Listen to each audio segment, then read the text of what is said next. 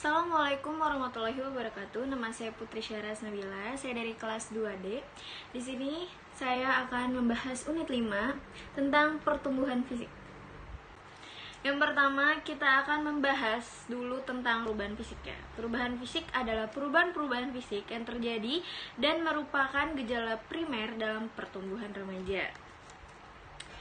Kalau menurut MUS yang dikutip oleh Sarlito Wirawan, Sarlito 1991 ayat 51, urutan perubahan-perubahan fisik adalah sebagai berikut.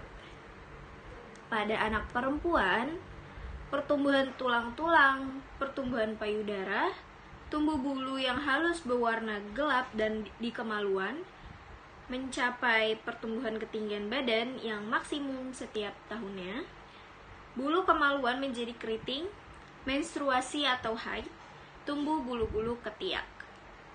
Kalau pada anak laki-laki, pertumbuhan tulang-tulang, testis membesar, tumbuh bulu kemaluan yang halus, lurus dan berwarna gelap, awal perubahan suara, ejakulasi, bulu kemaluan menjadi keriting, pertumbuhan tinggi badan mencapai tingkat maksimum setiap tahunnya, tumbuh bulu-bulu halus di wajah, seperti kumis dan jenggot, tumbuh bulu ketiak, akhir perubahan suara, rambut-rambut di wajah bertambah tebal dan gelap, tumbuh bulu di dada. Penyebab pertumbuhan pada masa remaja adalah karena ada dua kelenjar yang menjadi aktif bekerja dalam sistem endokrin.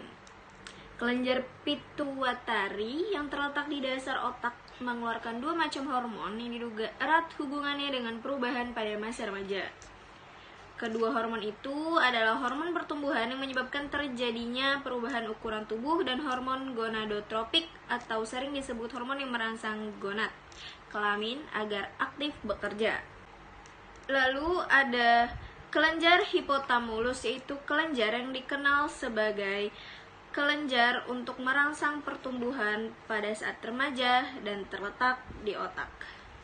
Perubahan-perubahan fisik yang penting yang terjadi pada masa remaja itu adalah yang pertama, perubahan ukuran tubuh.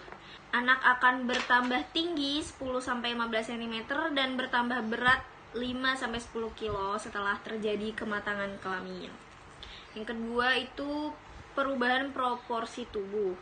Pada masa remaja ini tidak sama untuk seluruh tubuh. Ada pula bagian tubuh yang semakin proporsional. Di bagian luar tampak pertumbuhan kaki dan tangan lebih panjang dibandingkan dengan tubuh. Yang ketiga itu adalah ciri kelamin yang utama. Pada saat berumur 14 tahun, yaitu pada saat pertama kali mengalami mimpi basah untuk anak laki-laki. Sedangkan pada anak perempuan, indung telurnya mulai berfungsi pada usia 13 tahun, yaitu saat pertama kali mengalami menstruasi dan haid. Yang keempat, ciri kelamin kedua. Pada anak perempuan itu biasanya membesarnya buah dada dan mencuatnya puting susu, pinggul melebar lebih lebar daripada lebar bahu, tumbuh rambut di sekitar kelamin, tumbuh rambut di ketiak, dan suara bertambah nyaring.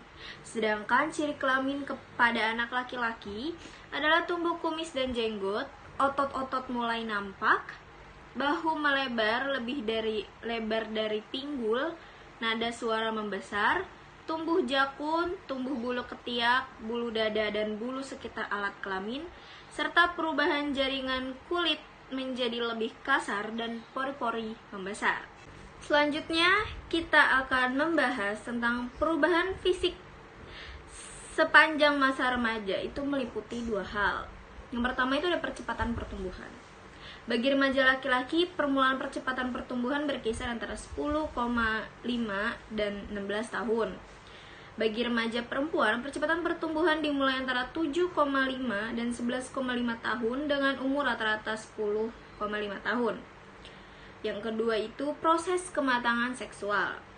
Meskipun kematangan seksual berlangsung dalam batas-batas tertentu dan urusan tertentu, dalam perkembangan ciri-ciri kelamin sekundernya, namun kematangan seksual anak-anak remaja berjalan secara individual, sehingga hanya mungkin untuk memberikan ukuran rata-rata dan penyebarannya saja.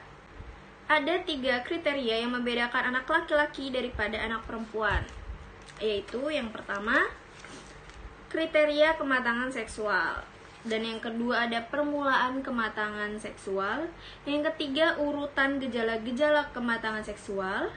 Yang selanjutnya kita akan membahas tentang kondisi-kondisi lain yang mempengaruhi pertumbuhan fisik anak. Yang pertama itu biasanya pengaruh keluarga.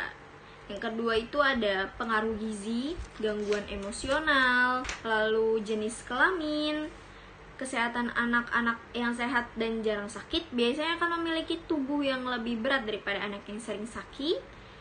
Yang keenam ada pengaruh bentuk tubuh. Dan perubahan-perubahan fisik itu menyebabkan keguncangan bagi remaja karena ia harus menyesuaikan diri dengan perubahan-perubahan yang terjadi pada dirinya sendiri. Perubahan fisik hampir selalu dibarengi dengan perubahan perilaku dan sikap. Ya, sekian pembahasan unit 5 yang membahas tentang pertumbuhan fisik dari saya. Apabila ada kekurangan, mohon dimaafkan. Dan terima kasih telah menonton. Assalamualaikum warahmatullahi wabarakatuh. Dadah.